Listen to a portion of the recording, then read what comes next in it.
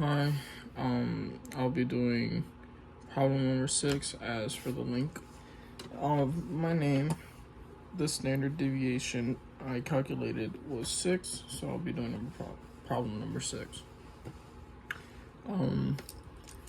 Starting with part A, a positive charge is placed some distance in the negative I hat direction from the magnet.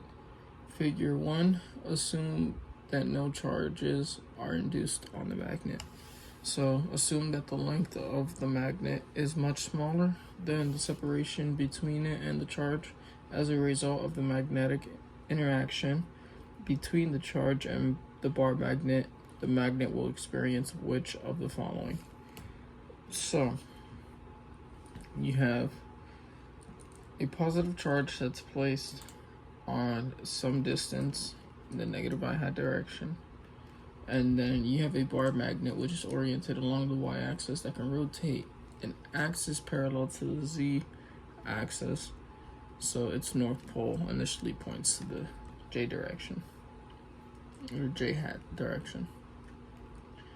So you may think of the bar magnet as having a positive magnetic charge at the north end and a negative magnetic charge at the south end, even though there are no magnetic charges in nature that exist. So importantly, these magnetic charges are not the same as electric charges, and they do not interact with stationary electric charges. So with all these cases, the answer you are left with is no torque at all.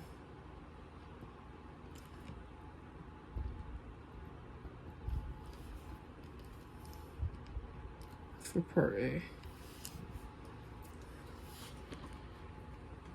For part B, this time you consider a second case in which the charge is again some distance negative I hat direction from the magnet, but now it is moving toward the center of the bar magnet, that is, with its velocity along I hat.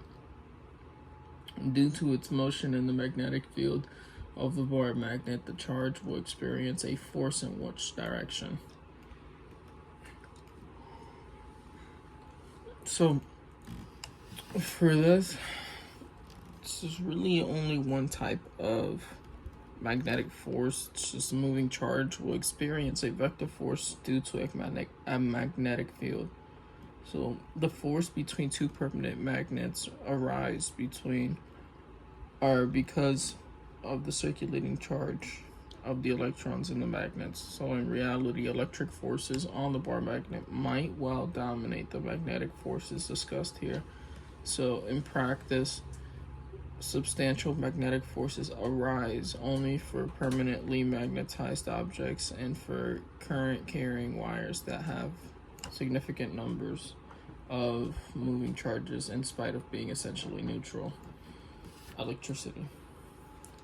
Well, so now you have, again, the north pole initially starts with along the j hat direction. The distance is negative I hat direction, so it's going to be left. The bar is going right, but now it's moving towards the center in the positive I hat direction. So now it's going to reach towards the middle of the bar, but it's going to be going away from it. It's going towards in that same direction, but it's not. It's a positive charge going towards the north direction. It's just going to repel. Thus, it's going to be in the negative k hat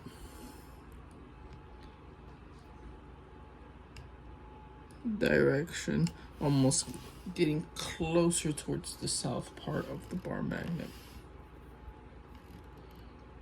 Okay, and for the last part, part C. Now, it's an interaction of iron and bar magnet. Now the charge is replaced by an electrically neutral piece. Pardon me, I'm sorry. Is replaced by an electrically neutral piece of initially unmagnetized soft iron, for example, a nail, that is not moving. So parts of figure 3. Okay.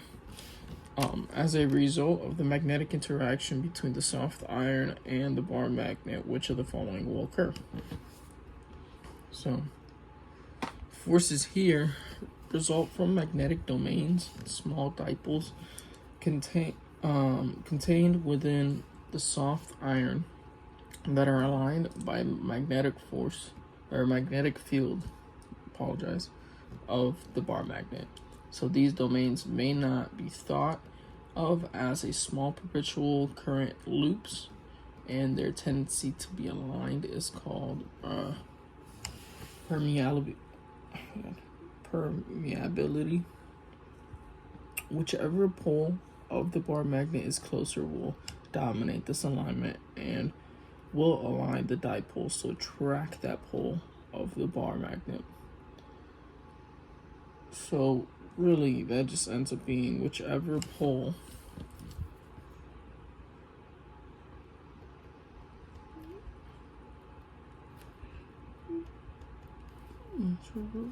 of the magnet